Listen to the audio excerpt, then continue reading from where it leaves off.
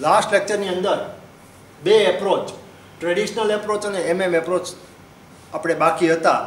Net income approach અને net operating income approach તમને કરાવ્યું હતું. નેટ ઇન્કમ એપ્રોચમાં મેં તમને શું એક્સપ્લેન કર્યું હતું કે જો ડિબેન્ચર છે એ ઇન્ક્રીઝ કેપિટલ સ્ટ્રક્ચરમાં થાય તો કોસ્ટ ઓફ કેપિટલ રિડ્યુસ થાય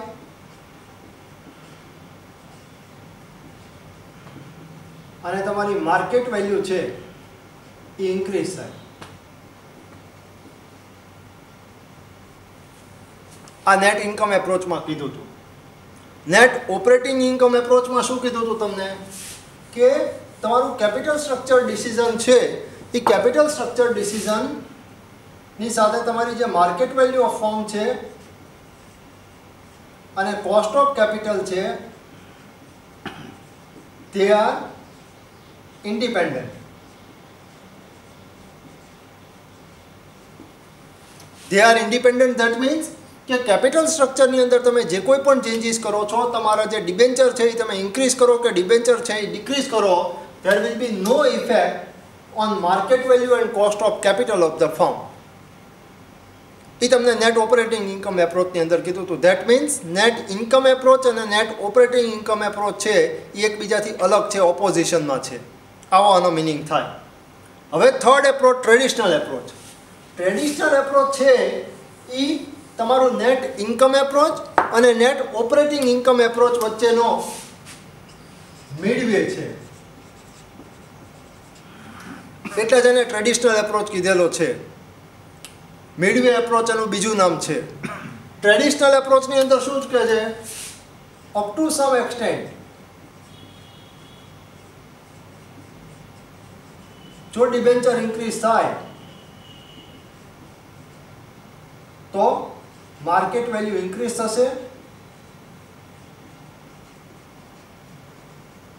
અને કોસ્ટ ઓફ કેપિટલ રિડ્યુસ થશે.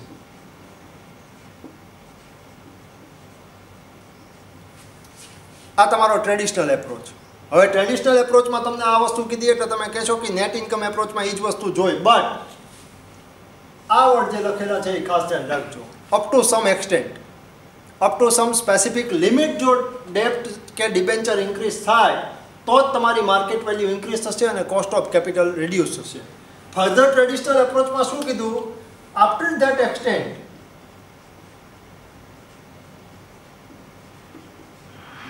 આફ્ટર ધેટ પોઈન્ટ જો તમે ડિબેન્ચરની અંદર ઇન્ક્રીઝ કરો કે જો તમે ડેપ્ટ વેલ્યુ છે ઇન્ક્રીઝ કરો તો આ જે માર્કેટ વેલ્યુ ઇન્ક્રીઝ થઈ હતી એ ડિક્રીઝ થશે અને કોસ્ટ ઓફ કેપિટલ રિડ્યુસ થઈ હતી એ ઇન્ક્રીઝ થશે.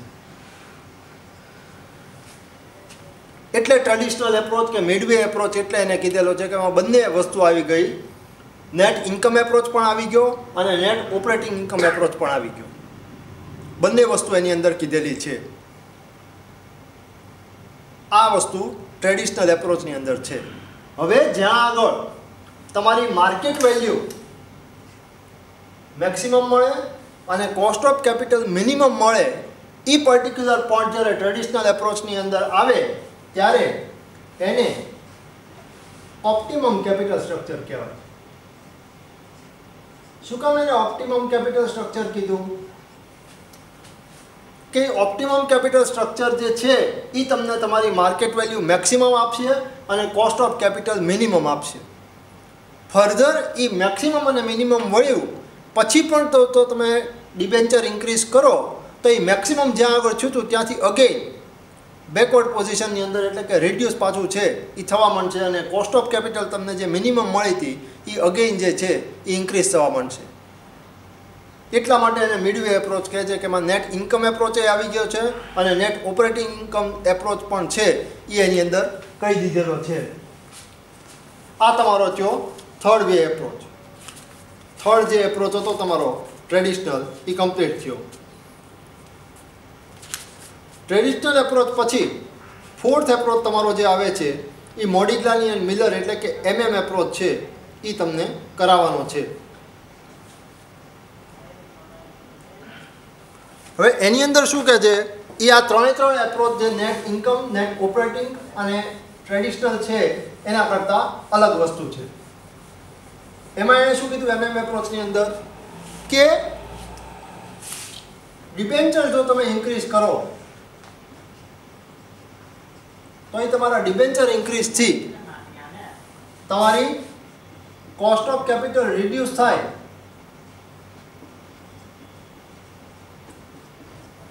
બટ હવે તમે ડિબેન્ચર ઇન્ક્રીઝ કર્યા એટલે થાય શું કે ડિબેન્ચર હોલ્ડરને તમારે ફિક્સ ઇન્ટરેસ્ટ આપવું પડે,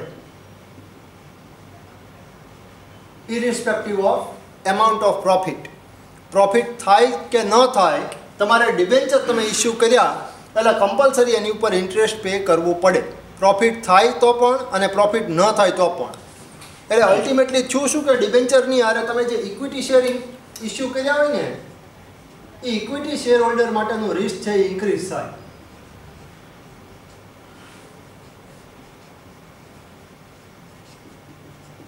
શું કામ રિસ્ક ઇન્ક્રીઝ થાય? તો કે અહીંયા આગળ તમે ડિબેન્ચર ઇન્વેસ્ટર જે છે, ડિબેન્ચરના જે ઇન્વેસ્ટર્સ છે એને તમે ફિક્સ ઇન્ટરેસ્ટ જે છે એ આપો છો, તો ઇક્વિટી શેર હોલ્ડર માટેનો પાર્ટ છે એ એટલો ઓછો થાય, ઇક્વિટી શેર હોલ્ડર માટેનું અર્નિંગ છે એ એટલું ઓછું થાય. સે ફોર એક્ઝામ્પલ તમે 10,000 અત્યાર સુધી ઇન્ટરેસ્ટ જે છે એ ડિબેન્ચર હોલ્ડરને પે કરતા હતા. હવે તમે ડિબેન્ચર 1 લાખ રૂપીઝના 10% ડિબેન્ચર આપ્યા હતા, એની બદલે 2 લાખ રૂપીઝના 10% ડિબેન્ચર કર્યા, તો તમે 10,000 જે પે કરતા હતા એની બદલે 20,000 પે કરવા પડે. તો 1 લાખમાંથી પહેલાં 10,000 ડિડક્ટ થતા હતા, હવે કેટલા થશે? 20,000. એટલે 80,000 જે રહે એ ઇક્વિટી શેર હોલ્ડર માટે રહે. તો ઇક્વિટી શેર હોલ્ડરનો જે અર્નિંગનો પાર્ટ છે એ રિડ્યુસ થયો, એટલે રિસ્ક એ લોકોને ઇન્ક્રીઝ થયું. એ લોકોને રિસ્ક ઇન્ક્રીઝ થયું એટલે ઇક્વિટી શેર હોલ્ડર માટેનો જે એક્સપેક્ટેડ રેટ ઓફ રિટર્ન હતો એ રેટ ઓફ રિટર્ન ઇન્ક્રીઝ થાય, અને એ expected rate of return increase થાય એટલે કોસ્ટ ઓફ કેપિટલ અહીંયા તમારું જે ડિબેન્ચર ઇસ્યુ કરવાથી રિડ્યુસ થઈ હતી એ ઇક્વિટીના પાર્ટમાં ઇન્ક્રીઝ થઈ જાય. એટલે અહીંયા આગળ જે તમને કોસ્ટ ઓફ કેપિટલ રિડક્શનનો બેનિફિટ મળ્યો હતો એ ઇક્વિટી શેર હોલ્ડર સામે ઇન્ક્રીઝ થઈને કોમ્પેન્સેટ થઈ જાય. એટલે કોસ્ટ ઓફ કેપિટલ વાઇઝ તમને કોઈ બેનિફિટ થતો નથી. કોસ્ટ ઓફ કેપિટલ તમારી કોઈ લેવલે ફર્સ્ટ લેવલે તમને લાગે કે રિડ્યુસ થઈ છે, બટ સામે ઇક્વિટી શેર હોલ્ડરનો જે એક્સપેક્ટેડ રેટ ઓફ રિટર્ન છે એ ઇન્ક્રીઝ થાય એટલે આ વસ્તુ જે છે એ રિડ્યુસ થયેલી હતી એની સામે કોમ્પેન્સેટ થઈ ગઈ. આ તમારો MM એપ્રોચ છે. નેટ ઇન્કમ એપ્રોચમાં શું કીધું? ઇન્ક્રીઝ તમે ડિબેન્ચર કરો તો કોસ્ટ ઓફ કેપિટલ રિડ્યુસ થાય અને market value of firm increase થાય. એ net income approach. Net operating income એપ્રોચમાં શું તમને એક્સપ્લેન કર્યું કે કોસ્ટ ઓફ કેપિટલ અને માર્કેટ વેલ્યુ ઓફ ફર્મ છે એ ઇરરિસ્પેક્ટિવ છે, એને કોઈ કન્સર્ન નથી, એ ઇન્ડિપેન્ડન્ટ બંને વેરિયેબલ છે. એનો તમે ડિબેન્ચરમાં ઇન્ક્રીઝ કે ડિક્રીઝ કરો તો કોઈ ચેન્જ એનો આની અંદર આવશે નહીં. ક્લિયર? આ વસ્તુ હતી. Third approach traditional approach. Traditional એપ્રોચમાં શું કીધું? NI અને NOIનું કોમ્બિનેશન એણે કર્યું, NI અને NOIનું એણે મિક્સિંગ કર્યું. એની અંદર શું કીધું ટ્રેડિશનલ એપ્રોચમાં કે અપ ટુ સમ એક્સટેન્ટ જો તમે ડિબેન્ચર ઇન્ક્રીઝ કરો અને ઇક્વિટી રિડ્યુસ કરો તો એની ઇફેક્ટ શું આવશે? એક સ્પેસિફિક લિમિટ સુધી, જ્યાં સુધી ચેન્જ થશે ત્યાં સુધી, કે કોસ્ટ ઓફ કેપિટલ તમારી રિડ્યુસ થશે અને માર્કેટ વેલ્યુ ઓફ ફર્મ છે એ તમારી ઇન્ક્રીઝ થશે. Further A minimum cost of capital અને મેક્સિમમ માર્કેટ વેલ્યુ અર્ન થયા પછી અગેન જો તમે ફર્ધર ડિબેન્ચર ઇન્ક્રીઝ કરો તો તમારી જે cost of capital reduce minimum level ઉપર ગઈ હતી અગેન ઇન્ક્રીઝ થવાની સ્ટાર્ટ થશે, અને માર્કેટ વેલ્યુ ઓફ ફર્મ તમારી જે મેક્સિમમ અચીવ થઈ હતી એ રિડ્યુસ થવાનું સ્ટાર્ટ થશે. એટલે એ તમારો ટ્રેડિશનલ એપ્રોચ હતો.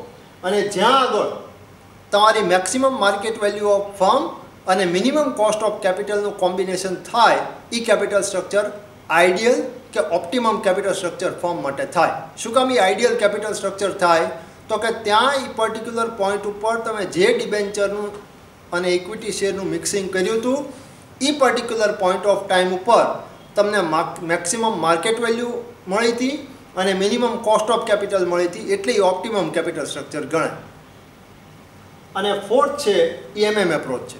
MM એપ્રોચ આગળના જે 3 એપ્રોચ તમારા છે, નેટ ઇન્કમ, નેટ ઓપરેટિંગ અને ટ્રેડિશનલી ત્રણ કરતાં સાવ અલગ છે. એની અંદર શું કહે છે કે ડિબેન્ચર તમે ઇન્ક્રીઝ કરી તો તમારી કોસ્ટ ઓફ કેપિટલ રિડ્યુસ થઈ, નો ડાઉટ. બટ ત્યાં આગળ તમે ફિક્સ ઇન્ટરેસ્ટ પે કરવાની લાયબિલિટી ઊભી કરો છો, પ્લસ જો રેડીમેબલ ડિબેન્ચર્સ હોય તો આફ્ટર સ્પેસિફિક ટાઈમ પીરિયડ તમે મેચ્યોર એમાઉન્ટ જે છે, પ્રિન્સિપલ એમાઉન્ટ જે છે એ પે કરવાની પણ રિસ્પોન્સિબિલિટી લ્યો છો. એટલે ત્યાં આગળ તમારું શું થાય કે કોસ્ટ ઓફ કેપિટલ રિડ્યુસ થઈ ડિબેન્ચરના હિસાબથી, પણ સામે ઇક્વિટી શેર હોલ્ડર માટેનું અર્નિંગ અહીંયા જે રીતે તમને એક્ઝામ્પલ આપીને કીધું હતું એ રીતે રિડ્યુસ થયું. એટલે ઇક્વિટી શેર હોલ્ડર માટેનો જે એક્સપેક્ટેડ રેટ ઓફ રિટર્ન હતો એ ઇન્ક્રીઝ થયો, અને એ expected rate of return increase થાય એટલે અહીંયા જે કોસ્ટ ઓફ કેપિટલ તમારી ડિબેન્ચરમાં રિડ્યુસ થઈ હતી એ અગેઇન ઇન્ક્રીઝ થઈ ગઈ. આ તમારો એપ્રોચ. 4 એપ્રોચ એક્સપ્લેનેશન જે છે એ કમ્પ્લીટ થયું છે. નેક્સ્ટ લેક્ચરની અંદર આપણે સમ જે છે એ જોશું. વિડીયો લેક્ચર તમને જે થિયરીના મૂક્યા છે એ, અને સાથે તમને જે થિયરીનું મટીરિયલ ટેલિગ્રામમાં મૂકેલું છે એ બંને વસ્તુ જોઈને આગળ ચાલશો તો લગભગ સમજાઈ જશે, કોઈ આગળ ફર્ધર એક્સપ્લેનેશનની જરૂર રહેશે નહીં. 4 એપ્રોચ કમ્પ્લીટ કર્યા. 4 એપ્રોચનું કેલ્ક્યુલેશન્સ એકબીજાથી સાવ અલગ છે, એટલે 4 એપ્રોચ ઇન્ડિવિજ્યુઅલ સમ આપણે જ્યારે ગણશું ત્યારે તમને ખ્યાલ આવશે કે એની અંદર કઈ રીતે કેલ્ક્યુલેશન કરે. બટ એ જે કેલ્ક્યુલેશન છે એનો ઓવરવ્યૂ અને રિફ્લેક્શન પોતાની થિયરીમાં કરેલું છે. એ થિયરી તમને એટલે પહેલાં કરાવી દીધેલી છે. બરાબર, વિડીયો લેક્ચર જોઈ લેજો, થિયરી જે તમને મોકલાવી છે એ વાંચી લેજો, લગભગ તમને ડાઉટ રહેશે ને એ રીતે એક્સપ્લેનેશન છે એ મેં કરેલું છે.